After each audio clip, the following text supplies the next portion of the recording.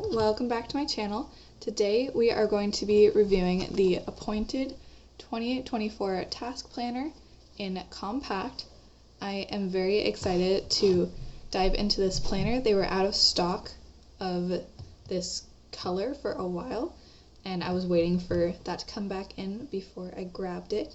They've got a couple different color options for this one, but I really like the gray personally. It's just more of a kind of minimalist, simple colorway. This does also come in a minty green as well as a light gray. This is more of like the black dark gray version.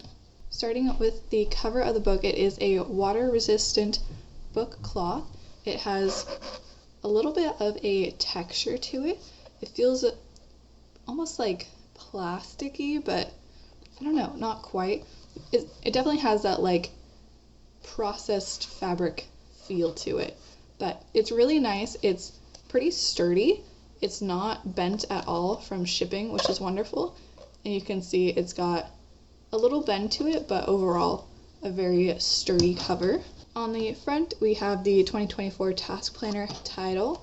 Very minimalistic and low-key. You could easily cover it with a sticker if you wanted, but I personally like the gold embossed look. And on the back, they have the company with the established date, also gold embossed on the back. But like I said, it's very minimalistic. Now, the paper on this is a smooth 70-pound text weight stock, according to their website. And it does have a beautiful feel to it, where it's got just enough thickness to be sturdy. I did go ahead and do a pen test on the back here with the Uni pen as well as a Pilot G2 ballpoint. The felt tip did bleed through a little bit, but the ballpoint, there was no ghosting. That's very important for me. I hate when I can see lettering on the other side of a page. So a ballpoint should be fine to use in this planner. Felt tip, you might get a little bleeding. Personally, I only use this one for labeling little stickers because it won't smear, whereas the Pilot does smear. I haven't used any highlighters in this yet, but I will check back on that later. Now, opening up the planner, we go straight to the title page, which just has, once again, the title and the brand. Then we have the 2024 and 2025 calendar. It's very minimalistic and simple, which I really like the look of. We then go into the conversion chart, so we've got all sorts of measurements and conversions and things like that for a quick reference guide. Although, let's be honest, I personally just Google everything. We then have 2 blank lined pages. I don't know if you can see, but the lines are very light, which I really like because I feel like it doesn't overwhelm the page. Sometimes if the lines are too dark, it just can make things feel a little bit busy. But this way is light enough that you have a guide, but it's not taking over. Next, we go right into January. So we have more lined paper on one side, and then we have the monthly goals, important dates, and then some open writing space. So we've got 5 spaces for the monthly goals and important dates, this light box in the middle here, and then more lined paper at the bottom. Now, this makes it very nice so you can customize your planner how you like. You could put trackers, quotes, you could cut out pictures, whatever you want to make it a little bit more unique for yourself. They also have these tabs on the side of each month, so it's really easy to flip through. That was something I personally really like. Usually I put flags coming out for the month, but having the built-in tab just makes it a lot easier and a lot cleaner, especially so that they don't get crumpled on the side or anything like that. I am very excited to start using this planner so I can figure out what layout works best for my monthly overview. I'll probably do some type of list or goals or budgeting stuff in the front there, but I'm waiting until I dive into it to really test it out. Next, we've got the calendar itself. Once again, it's got that lighter, more minimalistic gray instead of like black lines. So you can still see them. It might be a little hard to see on camera, but in person you can see them very well. You also have space on the side and the bottom for notes, as well as the previous and upcoming months in the bottom corner.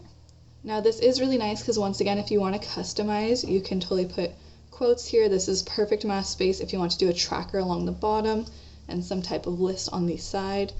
It's open for a lot of different possibilities. After the month, we go into the first week of January. Now this is what really caught my eye when I was looking into this planner, is it has the week all set up on one side, and then you've got a ton of space for priorities, tasks, and notes, which is perfect for list makers like myself. Now I feel like this layout where you can see everything in one spot is really going to be a game changer for me, because a lot of times I will forget what my goal is if it's not right in front of me.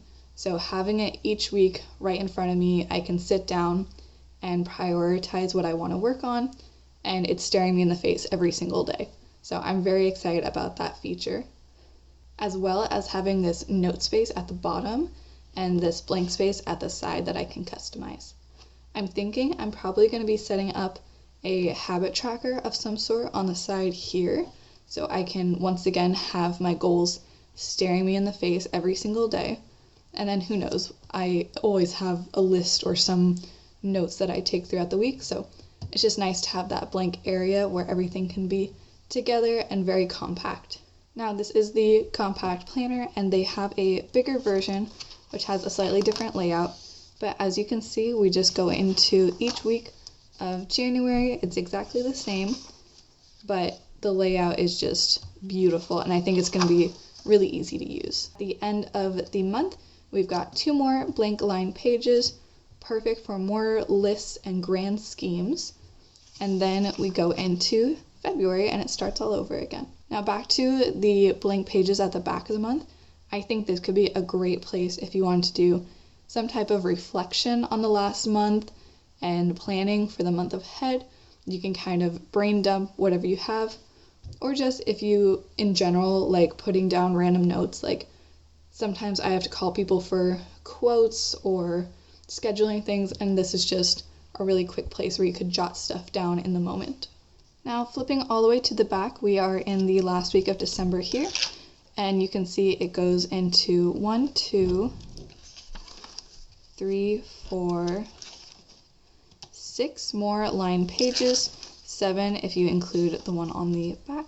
So at the back of the notebook, you've just got more space for note-taking and all that good stuff. My first impressions flipping through this book is that the quality feels really nice. Everything from the cover to the paper quality is just really smooth and it feels durable. I'm excited to put this to the use that it deserves and see how it holds up, because I keep planners in my purse. I go all over the place, so things can tend to get banged up a little bit. I think the layout is really lovely for not only customizing but also having everything in one spot. It's very compact, put together, just user friendly. So there's not a lot of flipping back and forth to other pages. It's all within that one section. And then when you do have to flip back to other months, you have those lovely tabs that you can see on the side just to make it a bit easier. Now, one thing I will admit I will be doing with this planner, which might be controversial, but I am going to be cutting out the pages and putting it into my A5 6-ring binder. I'm really enjoying the 6-ring binder method, but Appointed didn't have inserts for this layout, so I bought the planner. I'm gonna do a couple months and see how I like it and keep the rest of the planner intact for preservation and just in case I want to switch over at some point in the year.